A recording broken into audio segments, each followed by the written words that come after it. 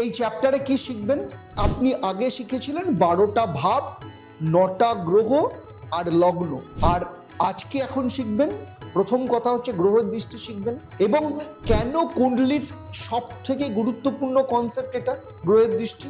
দ্বিতীয় কি শিখবেন? সব গ্রহের সাধারণ দৃষ্টি আর সপ্তম দৃষ্টি সেটা কি। 3 নম্বর শিখবেন 3টে বিশেষ গ্রহের বিশেষ দৃষ্টি আছে, যেমন শনি, বৃহস্পতি, মঙ্গল। আর 4 নম্বর আপনার নিজের কুণ্ডলীর দৃষ্টি কিভাবে খুঁজবেন তার একটা লাইভ ডেমো আপনাকে আমি দেখাবো। এই 4টে শিখলে আপনার কুণ্ডলী পড়ার ক্ষমতা দ্বিগুণ হয়ে যাবে।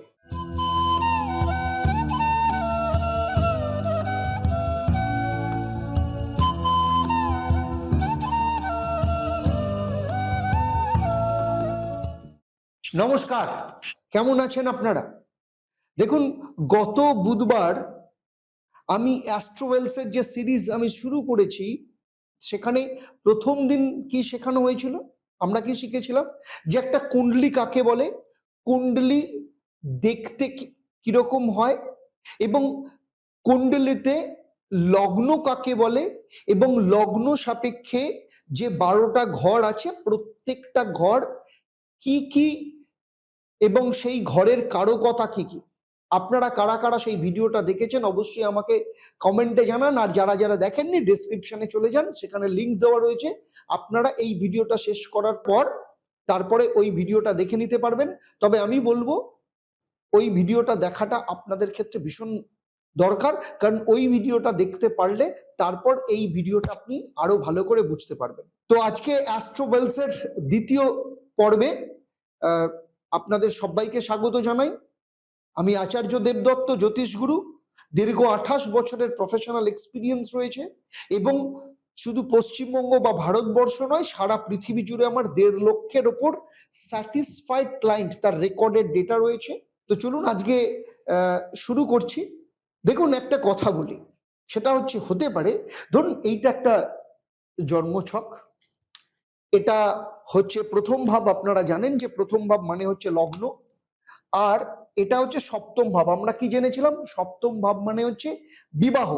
এখন প্রবলেমটা হচ্ছে, দেখুন আপনার সপ্তম ভাবে হতে পারে আপনার জন্মকুণ্ডলীতে শনিদেব নেই, কিন্তু আপনার বারবার বিবাহে সমস্যা হচ্ছে।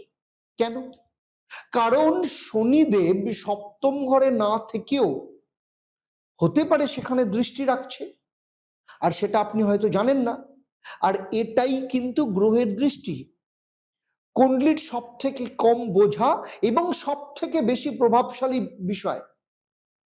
তাই আজ অ্যাস্ট্রোওয়েলসের যে পার্ট 2 যে সিরিজ, সেখানে আজ আমি আপনাদেরকে শেখাবো যে গ্রহের সেই অদৃশ্য দৃষ্টি যেটা আপনার জীবন বদলে দিচ্ছে নীরবে। চলুন তাহলে শুরু করি আজকের বিষয়, সেটা হচ্ছে গ্রহের দৃষ্টি। গ্রহের দৃষ্টি বোঝা যাচ্ছে? আমি তবু আরেকবার একটু কালো কালি দিয়ে লিখে দিই যাতে আপনাদের বুঝতে সুবিধে হয়। গ্রহের দৃষ্টি। চলুন শুরু করা যাক। তার আগে আমি আপনাদের বলি, 2018 সাল হবে এরকম সময় একজন মানুষ আমার কাছে এসেছিলেন, বললেন আচার্যবাবু আমার কুণ্ডলিতে তো মঙ্গলের দোষ নেই, সপ্তম ঘর একদম পরিষ্কার, তাহলে বিয়ে কেন বারবার ভাঙছে? আমি তার কুণ্ডলী দেখলাম, মঙ্গল চতুর্থ ঘরে বসেছিল, কিন্তু চতুর্থ ঘরে মঙ্গল থেকে সপ্তম ঘরে দৃষ্টি দিচ্ছিল তিনি জানতেনই না, কারণ তাকে সেই গ্রহের দৃষ্টির কথা কেউ বলেনি। আমি আজ বলবো অ্যাস্ট্রোওয়েলস কুণ্ডলী সিরিজে পার্ট 2 শুরু হচ্ছে। পার্ট 2 শুরু হচ্ছে। আচ্ছা, লাল কালিটা একটু ডিস্টার্ব করছে, কালো কালি দিয়েই লিখি, আপনারা বুঝতে সুবিধে হবে আপনাদের। পার্ট 2। এই চ্যাপ্টারে কি শিখবেন? আপনি আগে শিখেছিলেন 12টা ভাব, 9টা গ্রহ আর লগ্ন। আর আজকে এখন শিখবেন সেটা হচ্ছে যে গ্রহের দৃষ্টি। প্রথম কথা হচ্ছে গ্রহের দৃষ্টি শিখবেন এবং কেন কুণ্ডলীর সব থেকে গুরুত্বপূর্ণ কনসেপ্ট এটা, গ্রহের দৃষ্টি। দ্বিতীয় কি শিখবেন? সব গ্রহের সাধারণ দৃষ্টি আর সপ্তম দৃষ্টি, সেটা কি। 3 নম্বর শিখবেন তিনটে বিশেষ গ্রহের বিশেষ দৃষ্টি আছে, যেমন শনি, বৃহস্পতি, মঙ্গল। আর 4 নম্বর আপনার নিজের কুণ্ডলীর দৃষ্টি কিভাবে খুঁজবেন তার একটা লাইভ ডেমো আপনাকে আমি দেখাবো। এই 4টে শিখলে আপনার কুণ্ডলী পড়ার ক্ষমতা দ্বিগুণ হয়ে যাবে। এই সিরিজে মোট 12টা পার্ট রয়েছে, তবে তার আগে আপনারা সাবস্ক্রাইব করুন, বেল আইকনটা চাপুন, কারণ থার্ড পার্টে আপনি যাতে মিস না করেন সেটা আগে দেখা দরকার। তবে একটা কথা বলি, আমি যে 28 বছর ধরে কুণ্ডলী পড়ছি, 1.5 লক্ষের ওপর যে মানুষের কুণ্ডলী নিয়ে বিশ্লেষণ করেছি, এবং আমি দেখেছি বেশিরভাগ মানুষ কুণ্ডলী পড়তে গিয়ে শুধু দেখেন গ্রহ কোথায় বসে আছে, কিন্তু গ্রহ কোথা থেকে দেখছে সেটা কিন্তু দেখেন না। আর এই ভুলের কারণে হাজারো কুণ্ডলী অ্যানালিসিস কিন্তু অসম্পূর্ণ থেকে যায়।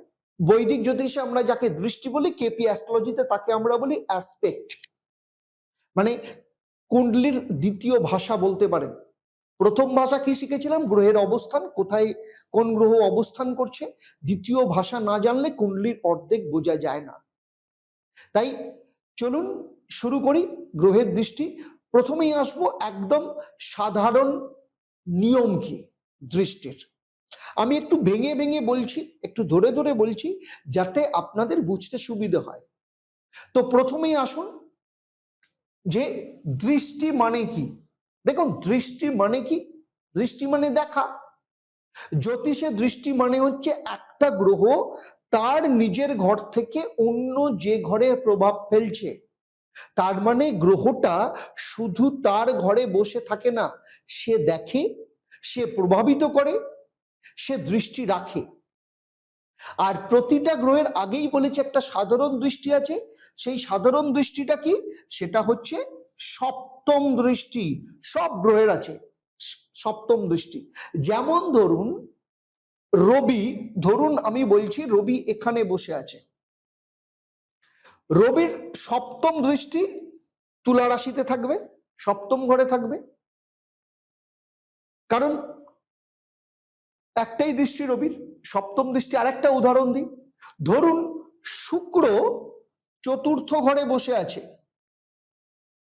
তাহলে শুক্র চতুর্থ ঘরে বসে থাকা মানে শুক্র, ধরুন এটা আপনার লগ্ন মেষ লগ্ন, লগ্নে আপনার রবি বসে আছে, শুক্র চতুর্থ ঘরে থেকে কোথায় দৃষ্টি দিচ্ছে? তার সপ্তম দৃষ্টি দশম ঘরে।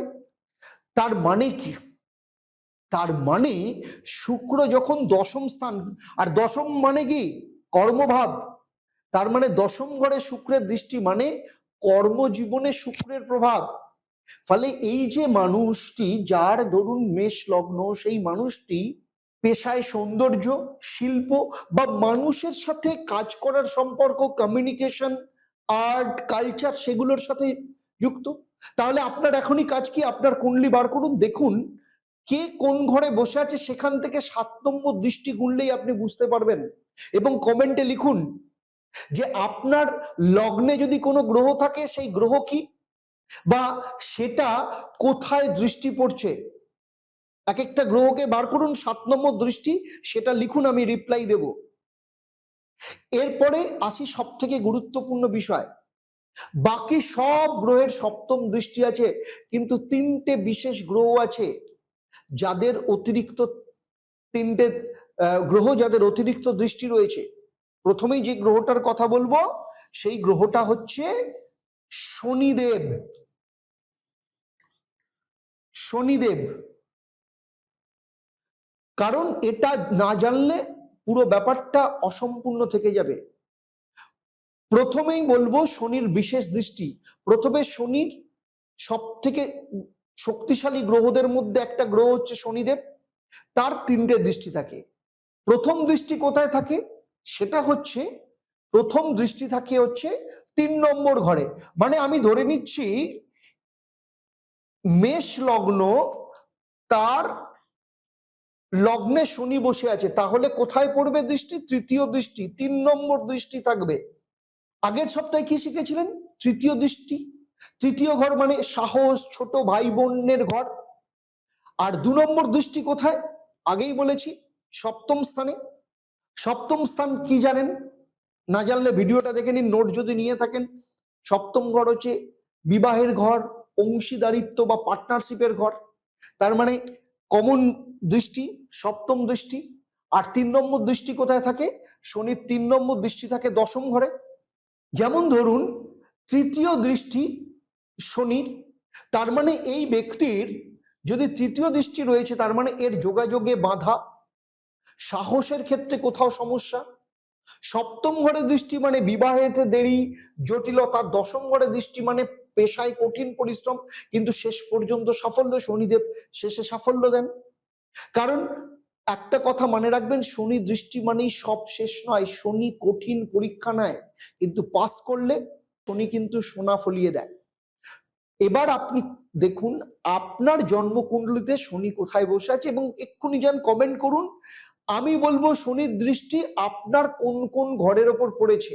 এর পরের যে গ্রহটা বলবো সেই গ্রহটা হচ্ছে বৃহস্পতি। আমি একটা রাশি দিয়েই বোঝানোর চেষ্টা করছি যাতে আপনাদের বুঝতে অত্যন্ত সুবিধে হয়। তো সেক্ষেত্রে আমি দেখে নিই এখানে যে গ্রহটা, সেটা হচ্ছে, আমি লিখে দিচ্ছি, বৃহস্পতি। তাহলে বৃহস্পতি সব থেকে শুভ গ্রহ বলা হয়, কিন্তু একটা কথা জানবেন, সব গ্রহই শুভ, সব গ্রহই অশুভ। সেটা হচ্ছে কোথায় বসে আছে, কি অবস্থা আছে তার উপর, সেটা পরে জানবেন। খালি আমি আপনাকে দেখিয়ে নিচ্ছি। সাধারণভাবে বৃহস্পতিকে শুভ কারো গ্রহ বলা হয়, দেবতাদের গুরু হিসেবে। বৃহস্পতির 3টে দৃষ্টি। প্রথম দৃষ্টি আমি ধরে নিচ্ছি বৃহস্পতি এখানে বসে আছে, এই ব্যক্তির বেশ লগ্ন। প্রথম দৃষ্টি পড়ে হচ্ছে পঞ্চম ঘরে। তার মানে প্রথম দৃষ্টিটা থাকে বৃহস্পতির পঞ্চম দৃষ্টি। তাহলে যদি মেষ লগ্ন হয়, পঞ্চম ঘর মানে হচ্ছে সিংহ রাশি, তাহলে সিংহ রাশিতে পড়বে পঞ্চম দৃষ্টি। আর পঞ্চম স্থান মানে মনে করুন সন্তানের আশীর্বাদ, বুদ্ধিতে তীক্ষ্ণতা, আর কমন দৃষ্টি সপ্তম দৃষ্টি।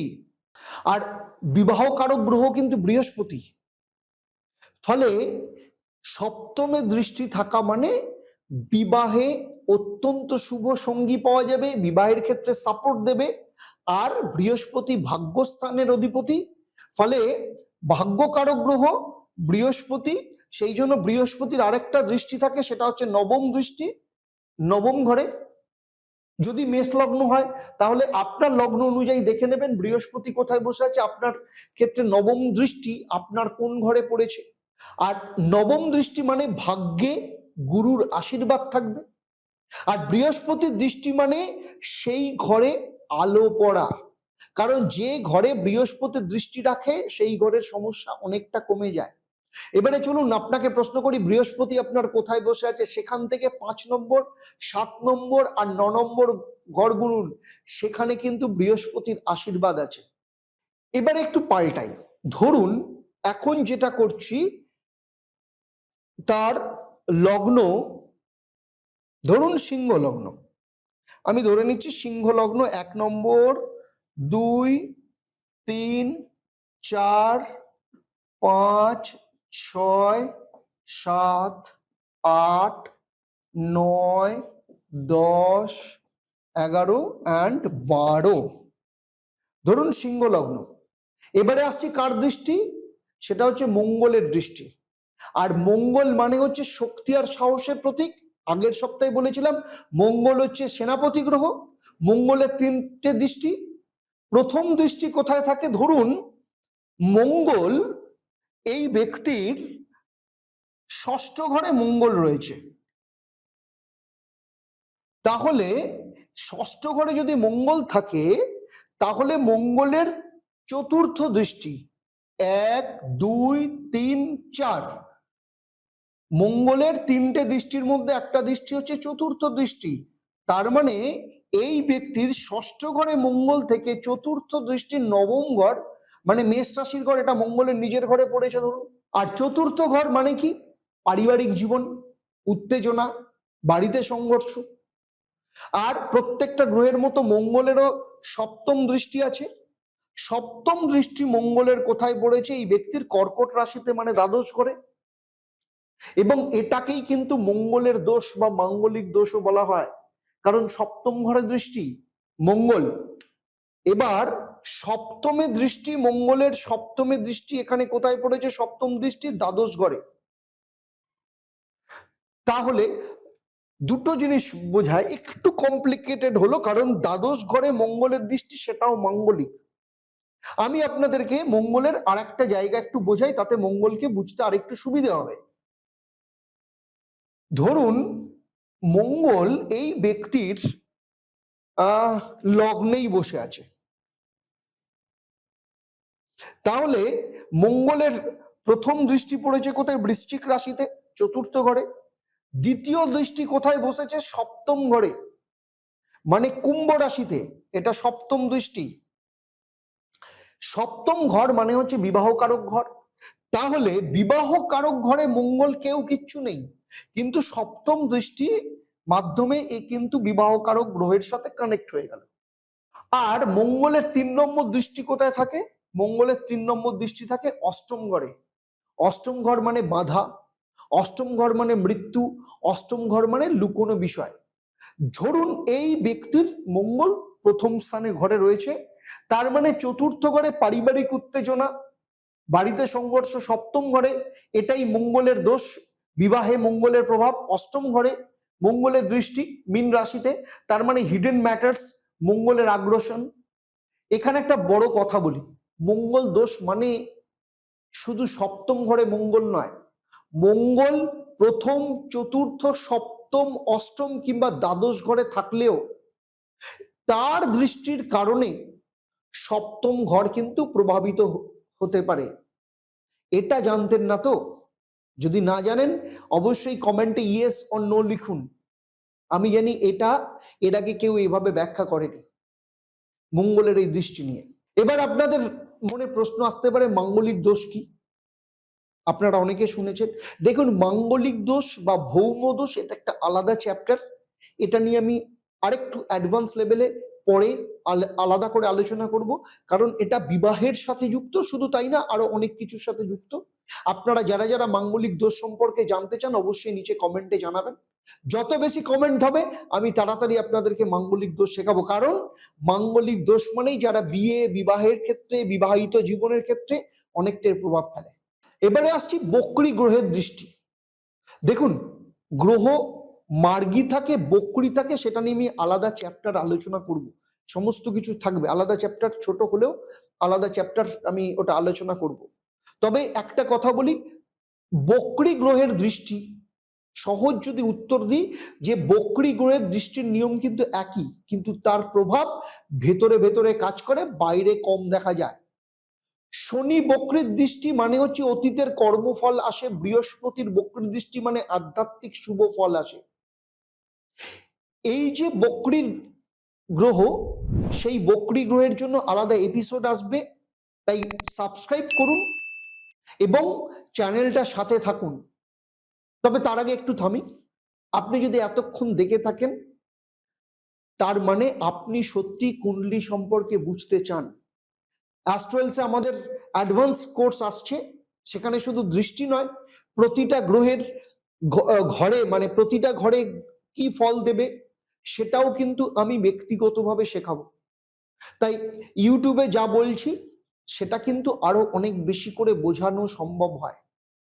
এবং ডেসক্রিপশনে অ্যাস্ট্রোয়েলস কোর্সের রেজিস্ট্রেশন লিংক থাকবে, ক্লিক করুন। আপনারা যারা মনে করছেন শিখতে চান অবশ্যই আমাকে কমেন্টে জানান, আমি আপনাদের জন্য কোর্স মডিউল তৈরি করব। দেখুন, এবারে আপনাদের প্রশ্ন আসতে পারে, তার আগে আমি আপনাদের বলি একটা জিনিস, সেটা হচ্ছে রাহু কেতুর। আপনাদের মনে হতে পারে রাহু কেতুর দৃষ্টি, প্রথম কথা হচ্ছে কেতুর দৃষ্টি হয় না। দ্বিতীয় কথা হচ্ছে কারণ কেতু তো মানে ধর রয়েছে, তার দৃষ্টি হবে না। অনেক ক্ষেত্রে করে কিন্তু কেতুর দৃষ্টি অ্যাকচুয়ালি হয় না। রাহুর ক্ষেত্রে দৃষ্টি পঞ্চম, সপ্তম, নবম দৃষ্টি ধরা হয় রাহুর ক্ষেত্রে। আর রাহু এবং কেতুর একটা বড় জায়গা রয়েছে, যেটা আগের সপ্তাহে আমি ওটাকে অমিট করে গেছি, এই সপ্তাহে আমি আপনাদের বলছি। সেটা হচ্ছে আপনাদের 9টা গ্রহের 9টা ঘর দেখিয়েছি। আপনাদের প্রশ্ন থাকতেই পারে, একটু রিক্যাপে যাব, আপনাদের প্রশ্ন থাকতে পারে লাইভ ডেমোর আগে এইটা বলে দিই যে রাহু কেতুর তাহলে ঘর কোথায়,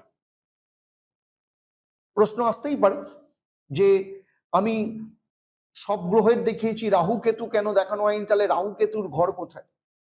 অ্যাকচুয়ালি বলা হয় রাহু আর কেতু হচ্ছে ভাড়াটে গ্রহ। রাহু কেতু হচ্ছে ভাড়াটে গ্রহ, মানে যে ঘরে বসে থাকে সেই ঘরের ফল দেয়। ধরুন রাহু আপনার জন্মছকে, ধরুন এখানে রাহু বসে আছে আর রাহুর ঠিক উল্টো দিকে কেতু থাকে। সবসময় জানবেন রাহু যেখানে বসে থাকবে তার ঠিক উল্টো দিকে কেতু থাকবে।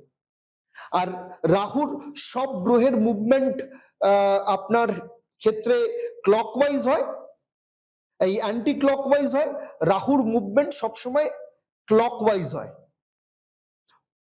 এবার ধরুন রাহু বসে আছে হচ্ছে কার ঘরে? বৃহস্পতির ঘরে, কারণ ধনুরাশি বৃহস্পতি। তার মানে রাহু বৃহস্পতির রেজাল্টটা দেবে। যদি কারোর ক্ষেত্রে রাহুর দশা চলে, সে রাহুর দশায় সে বৃহস্পতির রেজাল্ট পেতে পারে। আবার কেতু বসে আছে কোথায়? মিথুনে, মানে বুধের ঘরে। তার মানে কেতু কিন্তু বুধের রেজাল্টটা দেবে। ঠিক আছে, বোঝাতে পারলাম? চলুন এবারে আপনাদের একটা লাইভ ডেমো দেখাই, একটু পরিষ্কার ভাবে কুণ্ডলিটাকে তৈরি করি, আরেকবার তৈরি করি। যতবার দেখবেন ততবার আপনারা কুণ্ডলী তৈরি করবার যে হ্যাবিট, সেটা আপনার প্র্যাকটিস হয়ে যাবে। এইভাবেই আমি প্র্যাকটিস করতাম দেখে দেখে। এটা একটা ধরুন একটা কাল্পনিক, জাস্ট আপনাদের বোঝানোর জন্য বলছি। ধরছে এই ব্যক্তির মেষ রাশি। মেষ রাশি, শনিদেব কর্কট রাশিতে বসে আছে। কর্কট রাশি মানে হচ্ছে 1 2 3 4, সপ্তম ঘরে কেউ নেই। শনিদেবের 3টে দৃষ্টি বলেছিলাম। কি কি দৃষ্টি? তৃতীয় দৃষ্টি, সপ্তম দৃষ্টি, আর হচ্ছে দশম দৃষ্টি, মনে আছে? তাহলে শনিদেবের তৃতীয় দৃষ্টি যদি হয় 1 2 3 4 5 1 2 3, মানে ষষ্ঠ ঘরে দৃষ্টি, কারণ তৃতীয় দৃষ্টি যে ঘরে বসে থাকে সেখানে তাকে 1 ধরলে তৃতীয় দৃষ্টি। এরপরে শনির সপ্তম দৃষ্টি, কোথায় থাকবে সপ্তম দৃষ্টি? শনি সপ্তম ঘরে দৃষ্টি দিচ্ছে, তার মানে এই ব্যক্তির কততম ঘর? সেটা হচ্ছে দশম ঘর। এইবার শনির দশম দৃষ্টি, তাহলে 1 2 3 4 5 6 7 8 9, দশম দৃষ্টি কোথায় পড়ছে শনির? শনির দশম দৃষ্টি পড়ছে এই ব্যক্তির নিজের লগ্নে। বোঝাতে পারলাম? শনির 3টে দৃষ্টি। তাহলে শনি ষষ্ঠ, দশম আর লগ্ন প্রথম ঘরে। তাহলে ষষ্ঠ ঘরে শনির দৃষ্টি মানে হচ্ছে তৃতীয় দৃষ্টি কোথায় পড়েছে? শনির ষষ্ঠ ঘরে, তার মানে শত্রু দমনে শক্তি, কিন্তু স্বাস্থ্যের ক্ষেত্রে সতর্কতা প্রয়োজন। দশম ঘরে শনির দৃষ্টি, এটা তো সপ্তম দৃষ্টি দশম ঘরে, তার মানে পেশায় কঠিন পরিশ্রম, দেরিতে হলেও সাফল্য নিশ্চিত। আর দশম দৃষ্টি প্রথম ঘরে মানে ব্যক্তিত্বে গাম্ভীর্য, দায়িত্ববোধ, কিন্তু জীবনে বার্ডেনের অনুভূতি প্রচুর পরিমাণে থাকে। আবার এখানে দেখুন সপ্তম ঘরে কিন্তু কেউ নেই, তাহলে সপ্তম ঘর কি ফাঁকা?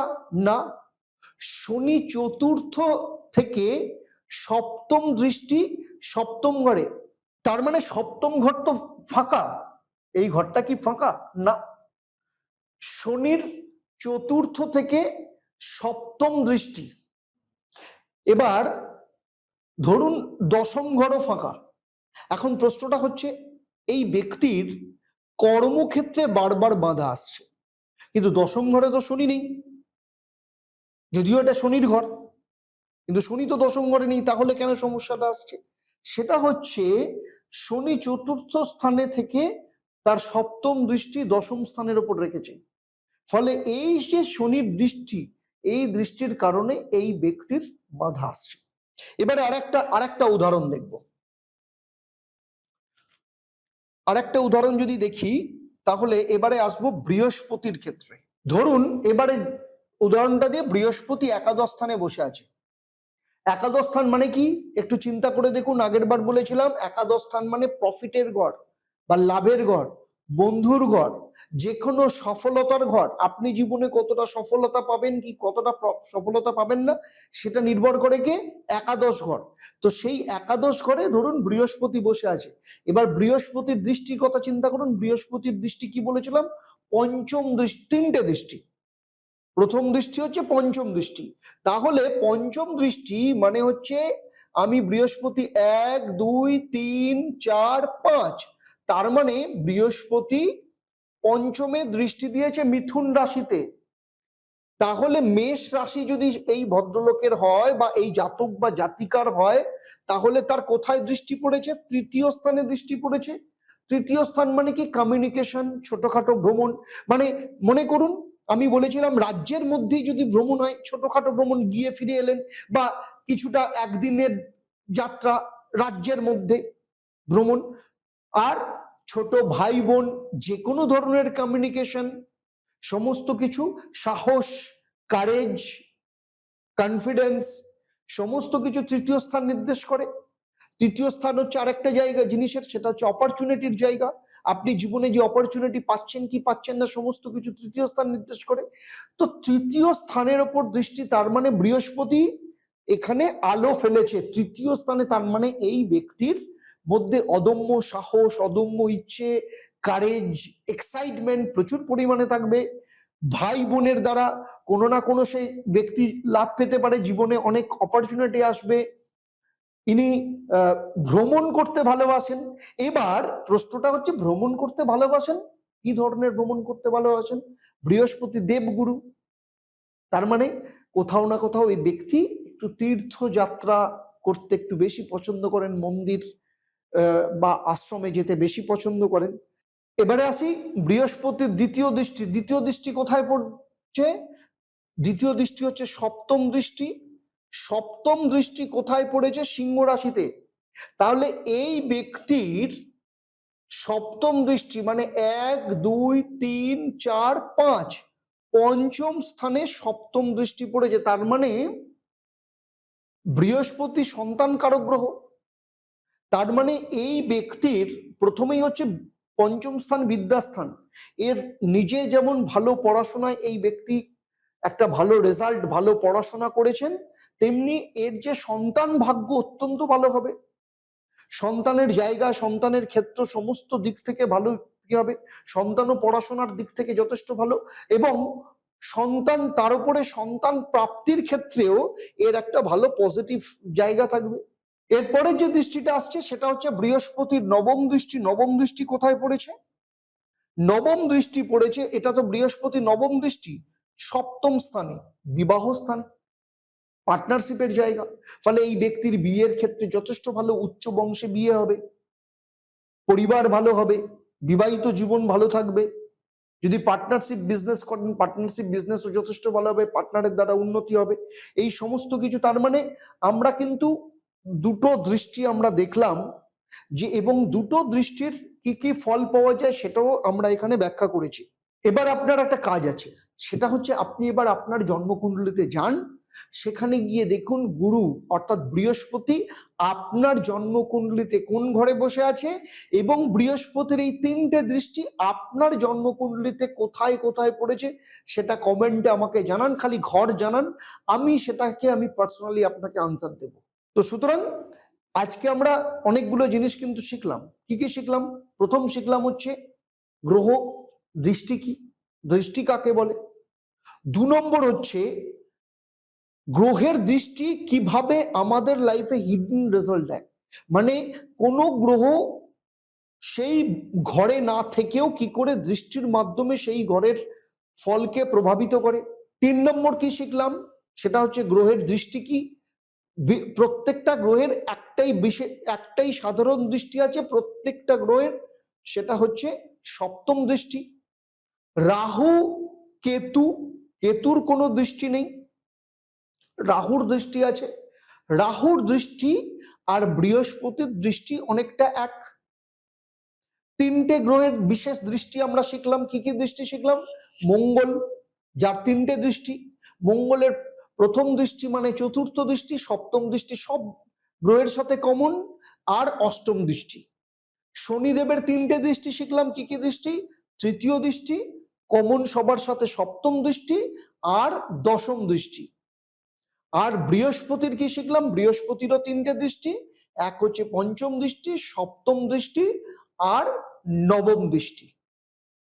এবং প্রত্যেকটা দৃষ্টির কি কি ভাবে ফল প্রভাবিত করে সেটাও আমরা মোটামুটি শেখার চেষ্টা করলাম।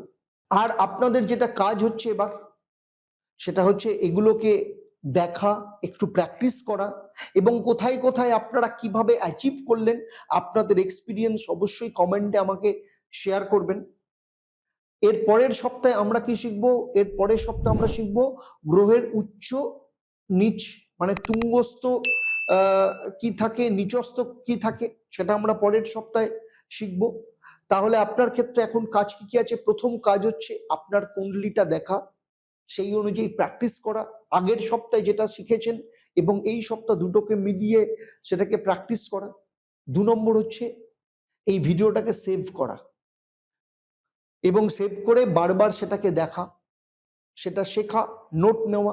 3 নম্বর হচ্ছে শেয়ার করা।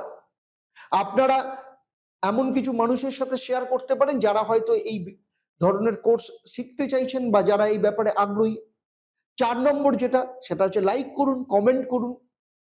কারণ সেই সাথে পরের সপ্তাহে যত বেশি কোন বিষয় নিয়ে আপনারা বেশি করে শিখতে চান সে ব্যাপারেও আপনারা কমেন্ট করুন। আপনাদের যত বেশি কমেন্ট হবে সেই বিষয়ের উপর আমি সেই বিষয়কে নিয়ে খুব তাড়াতাড়ি আপনাদের শেখাবো। আর সাবস্ক্রাইব তো করছেনই চ্যানেলটাকে। এবং আজকের মতো বিদায় নিচ্ছি, আবার দেখা হবে আপনাদের সাথে। এমনিতে তো ভিডিও আসেই, কিন্তু অ্যাস্ট্রোওয়েলস কোর্স আবার পরের বুধবার। আপনারা ভালো থাকবেন, নমস্কার।